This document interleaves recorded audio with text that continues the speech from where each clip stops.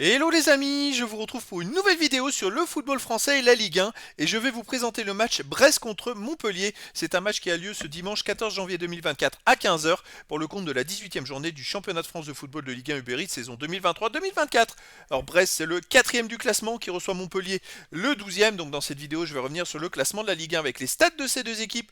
On verra ensuite le classement des meilleurs buteurs et passeurs de Ligue 1 avec les meilleurs buteurs et passeurs pour Brest et Montpellier.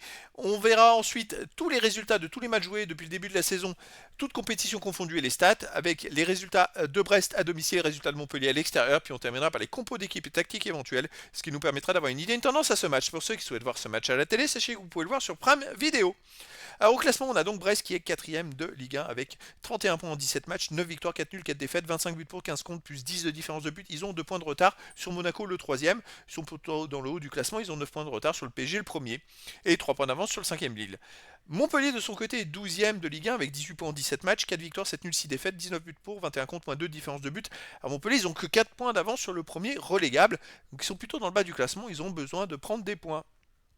Au niveau des buteurs, pour Montpellier, on a Adams avec 7 buts en 17 matchs, troisième meilleur marqueur de Ligue 1. Après, pour Brest, on a Doumbia et Del Castillo avec 5 buts. Et puis après, il y a plein de joueurs à 3, 2 et 1 but pour les deux équipes. Pour les passeurs décisifs, pour Brest, on a Del Castillo avec 4. Pour Montpellier, Savanier 4. Et après, il y a des joueurs à 2 passes et une passe pour les deux équipes. Les résultats, toutes compétitions confondues. Alors, Brest, c'est une équipe qui est vraiment étrange, qui marche par série. Parce que cette saison, c'est 13 victoires, 5 nuls, 5 défaites en 23 matchs joués, 32 buts pour, 18 contre, plus 14 de différence de but. Ils ont été premiers du classement après la 6ème journée, quand ils ont battu Lyon 1 but à 0. Et après, ils ont enchaîné 5 matchs de suite sans victoire avec 2 nuls et 3 défaites. Donc c'était un peu compliqué. Et puis depuis, ils ont enchaîné 6 victoires et un nul en 7 matchs. Donc ils remontent, boum, ils sont descendus. Alors ils étaient premiers, ils ont dû retomber autour de la 12e place, et hop, ils sont remontés 4ème. C'est le yo-yo. C'est une équipe très étonnante. Montpellier de son côté, cette saison, c'est 22 matchs joués, 6 victoires, 9 nuls, 7 défaites, 27 buts pour, 27 contre, 0 de différence de but. Ils sont invaincus sur les 4 derniers matchs avec 2 victoires, 2 nuls, alors qu'avant ils restaient sur 4 matchs de suite sans défaite, sans victoire, pardon. Mais c'est une équipe quand même qui a du mal à gagner les matchs. Ce sont des matchs où il n'y a pas beaucoup de buts. Depuis quelques temps, au début de saison, il y avait beaucoup de buts, mais depuis, ça c'est un peu. Je pense qu'ils ont dû renforcer la défense.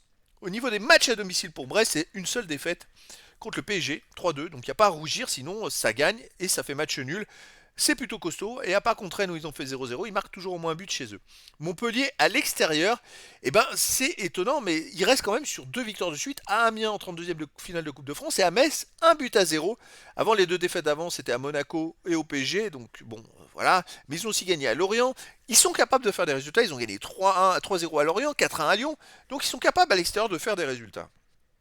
Au niveau des compos d'équipe et tactique, pour Brest, ça serait du 4-3-3 avec gardien Bizot, défense Lala, Chardonnay, Brassier, Loco, milieu de terrain Camara, Lesmelou, Matiti, attaquant Castillo, Mounier, Douaron. Et pour Montpellier, ça serait du 3-4-1-2 et gardien Lecomte, défense Estève, Julien, Omeragic. Milieu de terrain, Efti, Chotard, Ferry, Koulibaly. Milieu offensif, Savanier, attaquant Adams et Kazri. À noter Savanier que c'était vraiment un joueur très productif. J'avais fait les stats du dernier match de Montpellier à domicile. Je crois que c'était contre Marseille, il y avait eu un partout. Il était vraiment impressionnant dans toutes les statistiques. Alors qu'il jouait, il me semble, sur un côté. Là, il est mis en mi-offensif un peu libre. Je pense que c'est vraiment son poste idéal. Et franchement, ça peut être un facteur clé dans cette rencontre.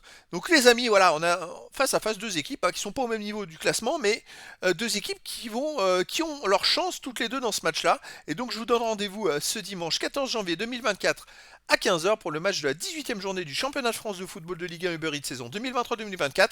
Brest, le 4e du classement, reçoit Montpellier, le 12e. Voilà les amis, je vous dis à très bientôt pour une nouvelle vidéo.